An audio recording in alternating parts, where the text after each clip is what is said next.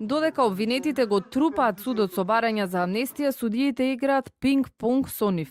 Законот за амнестија им донесе главоболки и на последниот ден од истекот на рокот во кривичниот суд се препраќаат преписки кој е надлежен да дава милост за процесите од 27 април.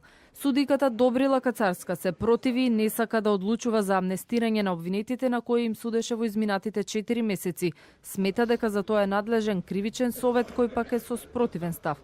Шефот на Скопска единица Иван Џолев до полнок ќе донесе одлука. Моje мислење е дека бидејќи се работи на предмет кој е во тек, треба да одлучува судијата кој постапува по овој предмет, што значи и тоа би било колешката Кацарска. Се што би било поинаку го сметам за упад во работата на судечкиот совет. Инаку информиран сум дека има пинг-понг, вратен е предметот во кривичен совет.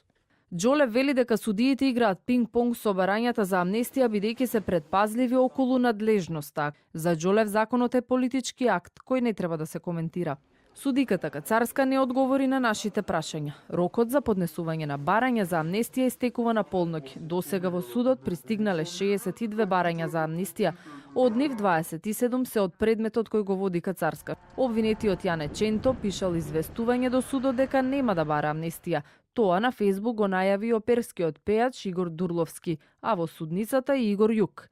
Ја отфрлам можноста да бидам дел од селективна правда и понатамошни интриги со криење позади превезот на вашето политичко помирување. Вистинско помирување може да постигнеме само со правда, чест и морал. Од останатите процеси кои произлегува по крвавиот четврток, барање за амнестија пратиле 35 лица. Меѓу нив и Никола Војминовски, кој е осуден на 13,5 години за обид за убиство на пратеникот Зијадин Села, но исто така беше и сведок на обвинителството за 27 април.